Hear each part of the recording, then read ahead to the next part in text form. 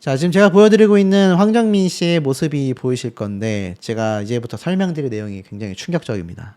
근데 그 내용을 말씀드리기 전에 일단 음성 몇 개를 간단히 한번 들어볼게요. 전화했어. 우리 전화하면 안 돼? 너랑 나랑 통화할 때 오늘이 진짜 세상 처음으로 제일 밝은 이 목소리였어. 내가 먼저 전화했지 언제 전화해? 너무 밝게 내 오빠 이렇게 이쁜 내 오빠. 자, 그리고 하나 더 들려드리겠습니다.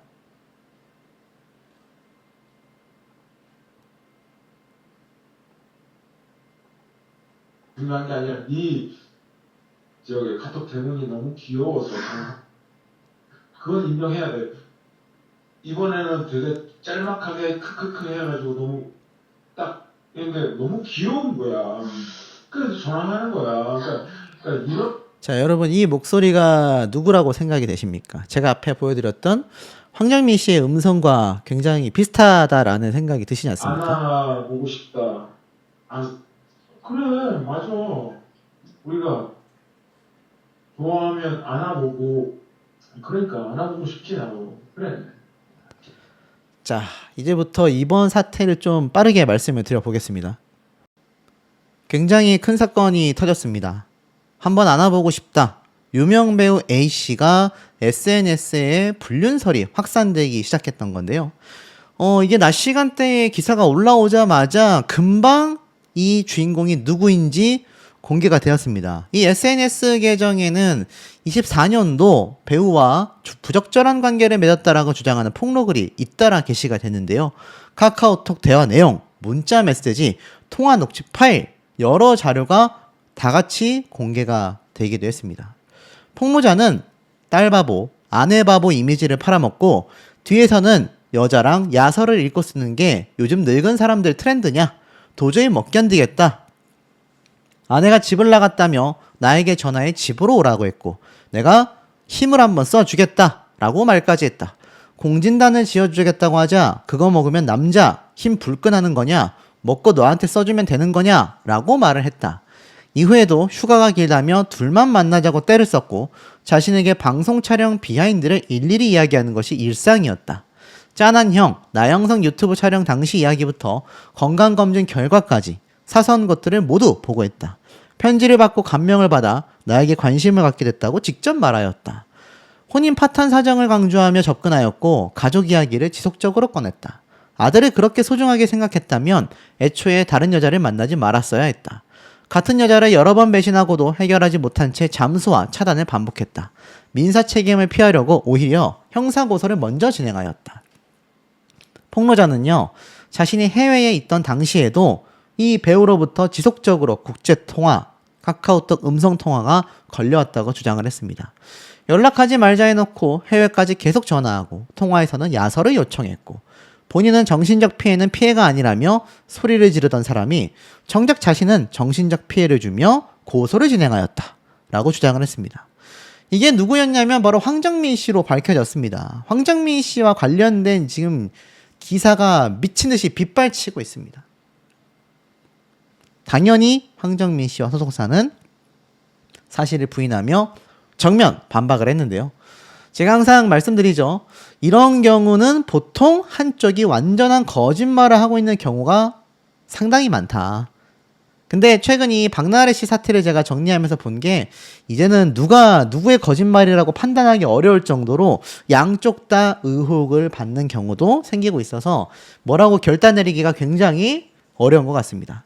황정민 소속사 측은요, 이 의혹 확산에 내용을 인지했고 입장 정리 중이다 라는 이야기를 빠르게 밝힌 바 있습니다. 자, 이 입장을 정리 중이다 라고 이야기했던 황정민 측은요, 결국 불륜을 주장하는 팬과 조용히 진흙탕 다툼을 했다. 스토킹 대 무죄 맞고소가 이루어지고 있었다라는 겁니다.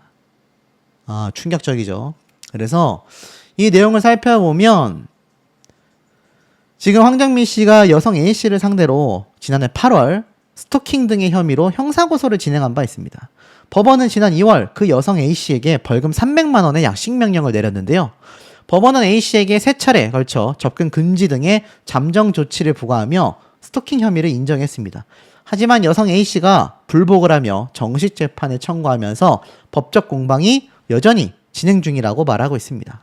그리고 이 여성 A씨 역시 황정민 씨를 상대로 손해배상 청구 소송을 제기하며 맞대응에 나섰는데요. 여성 A씨 측은 지난 2월 서울중앙지법에 소장을 제출하며 황정민 씨가 사적 관계를 빌미로 사업과 소설 창작 요구 등을 제안했다. 그러다가 일방적으로 파기했다라고 주장을 했습니다. 이미 온라인 상에는 이 여성 A씨가 공개한 메시지 내역, 통화 녹취 음성, 해외 통화 기록 등이 엄청나게 파문으로 번져나가고 있는 상태인데요. 소속사 측에서는 황정민 씨 관련 악성 게시물 작성자가 계속하여 황정민 씨를 괴롭혀왔다. 범죄자다. 피의자다. 이렇게 말했습니다. 그리고 이 작성자를 형사고소했다라고 공식 입장을 밝히기도 했는데요. 또한 악의적으로 편집된 게시물에 대해서도 추가 법적 조치를 할 예정이다 라고 이야기를 했습니다. 일각에서는 딥페이크 및 AI 음성 합성 기술을 활용한 조작 가능성까지 제시가 됐는데요. 여기에 대중들의 반응은 사실 적시 명예훼손 없어져야 한다. 사실이 아니길 바란다. 중립기어 박는다. 팬을 건드린 거냐?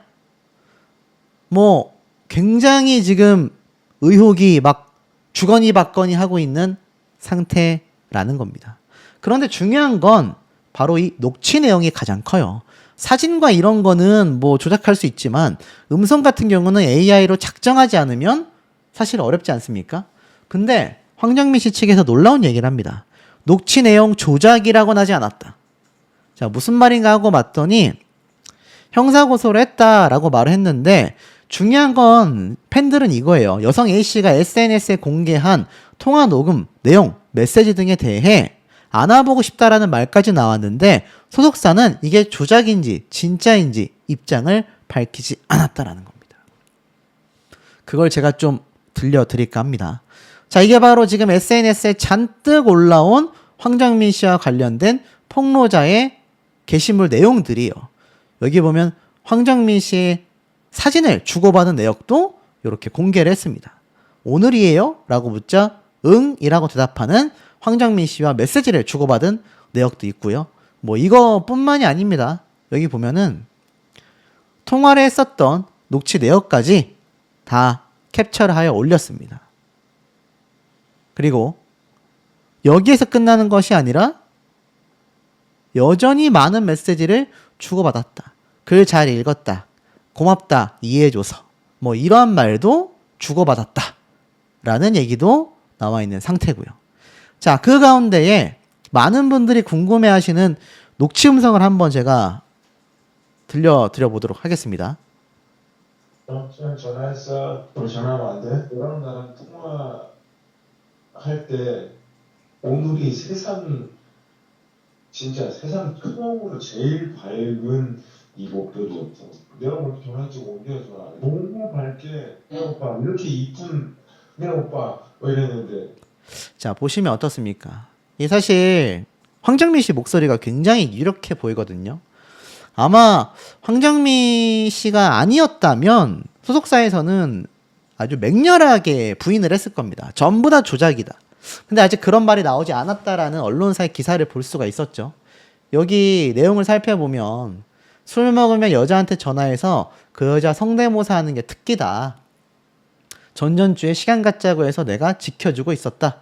본인이 시간 갖자는 약속을 깨고 전화한 거라는 게 더 중요하다. 그러면서 상대방 말을 일방 스토킹이라고 한다. 처음부터 일관되게. 그리고 민사 책임 알았으면 시간 그만 끌고 민사소송 손해배상 걸린 거 답변을 해라. 네가 입막음하려고 형사고소 선빵치는 수법 이미 유명하다. 그러니까 본인은 명백하게 황정민 씨가 불륜 의도로 접근했다라고 주장을 하는 거죠. 좀 더 들어보면 와 이렇게 이쁘게 내 오빠 막 그러는데 야 근데 그 전에 어쩜 그렇게 나를 그렇게 구석에 몰아놓고 야 이렇게 나를 몰아넣어가지고 뭐 그럼 어쨌는지 저쨌는지 하면서 화를 떠오고 야 아니 아무튼 야 내 오빠 이 목소리 내 오빠는 오 마이 갓 야, 이렇게 이쁘게 통화할 수 있는데, 야, 그전에는 뭐였어, 그러면? 화내지 마시고. 알았어요. 자, 그러니까 이걸 보면 황정민 씨 주장은 또 어느 정도 예상이 되기는 합니다. 그러니까 예를 들어서 이런 거죠. 황정민 씨가 아마 이 스토킹이라고 주장하는 팬과 뭐 어떤 영화에 관련된 거였을 것 같아요. 거기에 대해서 이제 비판을 받았고 결국 어떻게 하다가 서로 연락이 된 것 같습니다. 근데 자기가 전화를 해보니까 오빠라면서 너무 예쁘게 통화를 받는다. 자기를 맹렬하게 비판한 거에 비해선 뭐 이런 통화 내용으로 저는 좀 유추가 돼요. 이걸 제가 황정민 씨가 불륜을 했다 안 했다라고 말씀드린다라기보다는 저런 내용이 예상이 된다라는 겁니다. 근데 중요한 건 이 녹취만 있는 게 아니라 다른 녹취도 있습니다. 이게 좀 약간 결정적이었던 것 같아요. 자, 그게 중요한 게 아니라, 저기, 카톡 대문이 너무 귀여워서, 그건 인정해야 돼. 이번에는 되게 짤막하게 크크크 해가지고 너무 딱, 근데 너무 귀여운 거야. 그래서 전화하는 거야. 그러니까 이런 게 너랑 나랑 관계인 거야. 같아라는 생각에 들어서 전화하는 거야. 너무 귀여웠어. 아니, 그러니까, 안아보고 싶다. 아, 그래, 맞아. 우리가 좋아하면 안아보고, 그러니까 안아보고 싶지, 나도. 그래, 기다리자. 밖에 나와가지고.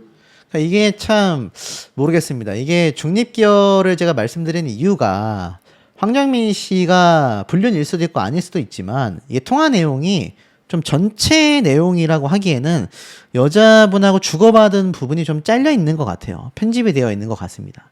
이게 어떤 상황에서 저런 대화를 주고받은 건지 안아보고 싶다라는 게 이 여성분을 안고 싶다고 한 건지 뭐 팬들을 보면 포옹해주고 싶다라고 한 건지 뭐 뭔지 알 수가 없어요. 자, 그러다 보니까 이게 지금 맹렬하게 황정민 씨를 비판하는 분들도 있고, 아, 이거는 좀 약간 중립기어를 박아야 하는데, 라고 말하시는 분들도 있습니다. 그리고 또 결정적인 건 세 번째로 이거예요. 나는 그게 너무 관계가 후진 관계잖아. 너무 힘들어. 그래요. 라고 하니까 차라리 난 속으로 있잖아. 그 생각도 했어. 너랑 차라리 사귀었으면 이 정도는 아니지 않을까. 뭐 이런 생각이 드는 거야. 그러자 여자는 굉장히 격분합니다. 유부남이 애초에 사귄다는 전제를 어찌나 아무렇지 않게 하는지 멈칫한 내가 너무 유교 사상인 건가? 사귀지도 않고 이렇게 생사람 잡히는데 사귀었다면 이거 큰일 났겠다. 너랑 잤던 여자들 괜찮은 거냐?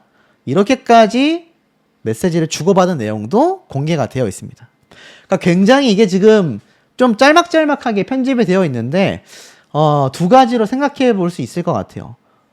황정민 씨가 정말로 불륜을 했다. 반대로는 불륜을 하지 않았음에도 황정민 씨가 불륜을 한 것처럼 여성분이 조작했다. 둘 중에 하나이지 않겠습니까? 근데 여성분이 조작했다라고 하기에는 또 법적인 다툼이 지금 이루어지고 있기 때문에 이런 많은 정황 증거를 100% 오픈할 수 없는 상황일 거예요. 제가 볼 땐. 자, 그러다 보니까 이게 편집되어 있을 수도 있다라는 겁니다. 굉장히 머리가 아프죠. 자, 그러다 보니까 아니나 다를까 이 황정민식 측에서는요, 폭로자는 스토킹 피의자다. 이번 사태로 인해 추가적인 법적 조치까지 진행을 하겠다. 이번 사건에 관련된 고소를 또 진행하겠다. 요렇게 지금 말을 꺼내게 됐다라는 거죠. 자, 이 시점에서 중요한 대목이 있습니다. 바로 사생활 폭로한 여성이 황정민 씨의 스토킹 피의자 주장에 여러 사건을 다투는 중이다라고 인터뷰까지 했습니다. 스타뉴스에서 내가 황정민 측 공식 입장을 봤다. 벌금 300만 원 나온 건 사실이다. 정식 재판으로 여러 사건을 다투고 있다. 황정민 측에서는 지금 할 말이 그거밖에 없을 거다. 지금 할 수 있는 말은 최대한 나를 범죄자로 몰 수밖에 없다. 라고 이야기를 했다라는 겁니다. 자, 그러니까는 300만 원 약식 명령이 나왔어요. 법원에서는 스토킹 범죄로 봤다라는 겁니다. 팩트는 이겁니다. 그리고 나서 저 여성이 주장하고 있는 많은 증거들, 정황 증거들이 앞으로의 정식 재판에 어떤 영향을 미칠지 매우 중요한 거고, 이와 별개로 여성도 맞고서를 했어요. 황정민 씨를 상대로 약 2억 원의 손해배상 청구 소송을 제기했다라는 겁니다. 서로 맞고소를 하고 있는 거예요. 그 와중에 이 여성은 300만 원 약식 명령 판정을 받은 상태인 거죠. 자, 그러다 보니까 스토킹으로 유죄 맞은 건 사실이잖아. 근데 안아보고 싶다라는 이 음성만 없었다면 괜찮았을 텐데 시선 돌리게 하는 거냐 등등의 말도 있고요. 안아보고 싶다라는 말이 결정적이었다라는 말도 있습니다. AI 녹취 조작 경험도 있지 않냐? 수사 결과를 지켜보자. 여러 이야기가 빗발치고 있는 상태라는 겁니다. 근데 이런 연예계 관련 불륜 사건이 이것만이 아니었습니다. 많이 나오고 있는 겁니다. 사실 라디오스타 제작진 입장에선 제가 앞서 말씀드린 것처럼 이걸 다 통편집하기가 너무나 힘들다. 그리고 엄밀히 따진다면 뭐 제작진의 공식 입장은 아닙니다만 제 추측으론 조갑경 씨가 외도를 하는 건 아니잖아요. 그러다 보니 이거를 굳이 어떤 명목으로 잘라내야 할 것인가 많은 부분에서 좀 고민이 됐을 것 같습니다. 그래도 그 전에는 약간이라도 편집이 좀 있지 않겠냐. 그러니까 조갑경 씨가 혼자 이야기를 하는 그런 단독샷 같은 건 최대한 좀 편집이 되지 않겠냐라는 추측이 있었는데 사실 그것조차 되지 못한 채 그대로 방송이 되는 것 같습니다. 왜냐하면 제작진 입장에서 딱히 편집을 거치기 어렵다라고 이야기를 했기 때문이죠. 자, 여러분이 전 며느리의 입장이라고 한다면 사실 자신도 자신이지만 자신이 낳은 배 아파 낳은 손녀를 이렇게 철저히 무시하고 있다라고 보여지는 시부모의 방송 활동을 눈으로 봐야 할 때 굉장히 힘들지 않을까요?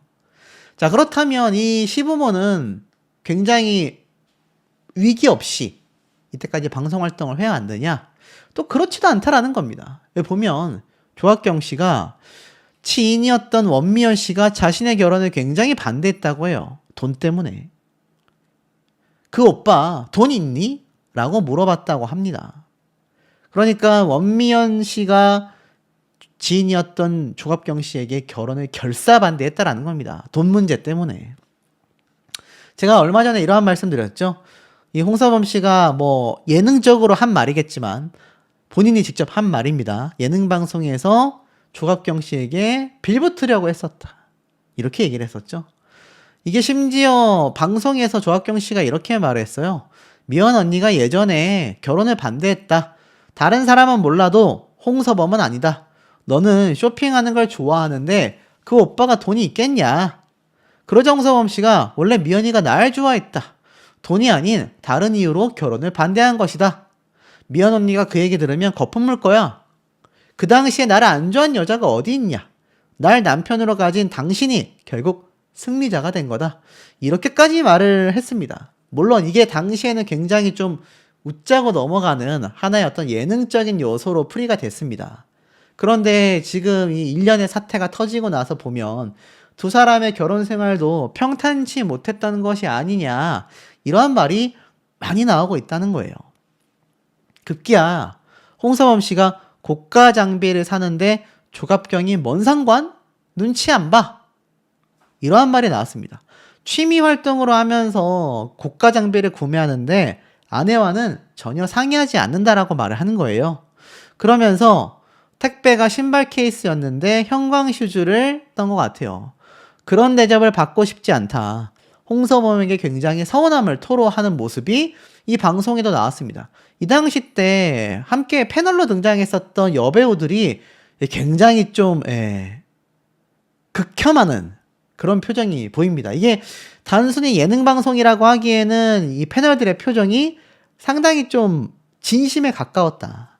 자, 그리고 나아가서는 조합경 씨가 실제로 나 그런 대접 받고 싶지 않다. 이렇게 말을 하기도 했었죠. 자, 그러다 보니까 이 차차차에 등장했었던 이 부부들이 홍서범 씨 부부를 바라보는 시선이 좀 심상치 않았던 것 같아요. 결국에는 평소에도 남편에게 굉장히 좀 무시받고 있다라는 느낌을 조갑경 씨가 많이 받아왔던 게 아닌가 싶습니다.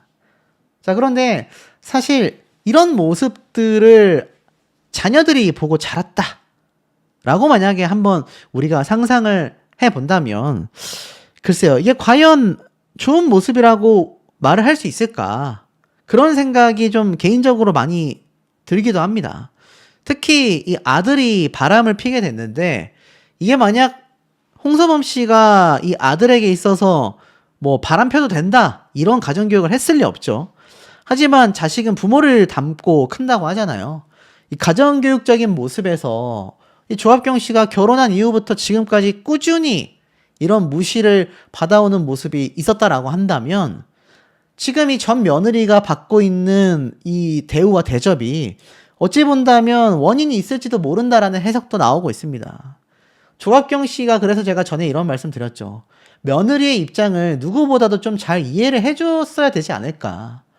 물론 방송에 나온 모든 모습이 컨셉이고 홍서범 씨가 실제로 전혀 그런 모습도 보이지 않았고 뭐 이렇다고 한다면 할 말이 없겠습니다만 만에 하나 그게 아니라고 한다면 며느리 입장을 누구보다 잘 이해할 수 있었지 않았을까요? 놀아야 하는데 내가 그 사람한테 징징거릴 수도 없고 또 무심한 면이 많아